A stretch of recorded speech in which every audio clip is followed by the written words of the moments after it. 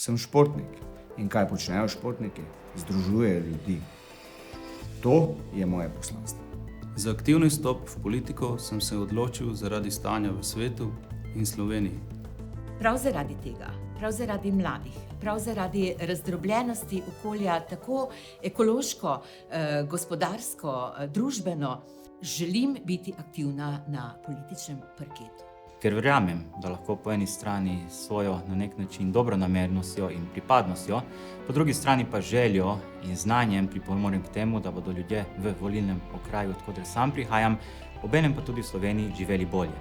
Veliko stvari v družbi mi ni sprejemljivih. V bodoče bi pa želel soustvarjati spremembe na lokalnem, regijskem in državnem nivoju. Menim, da je čas, da se nekatere stare politične elite zamenja z mladimi ljudmi, ki se ne bodo obremenjevali z dogodki izpred 70 let, ampak bodo razmišljali, kako bomo kot narod živeli čez 10, 20 in 50 let. Zaslužimo si državo, ki ne bo v konfliktu z državljani. Zaslužimo si spoštljivo komunikacijo, medsebojno razumevanje, svobodo in pošteno Slovenijo. Boljši, prijaznejši jutri, prihodnost, ki bo sodelujoča, optimistična, povezovalna in brez preziranja ter omejevanja drugače mislečih. Da nehamo z miselnostjo mi proti njim. Zaslužimo si čim manj nizkih in nevidnih udarcev. In zaslužimo si, da smo vsi slišani.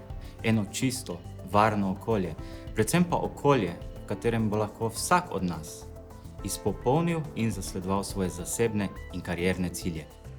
Zaslužimo si dostop do zdravnika, ko ga potrebujemo. Zaslužimo si napredno, mednarodno, nevtralno državo z zadovoljnimi in ponosnimi državljani.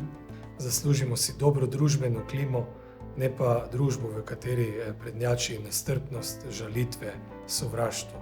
In sam verjamem, da bomo stopili na pot sprememb, ki si jih Slovenija zasluži.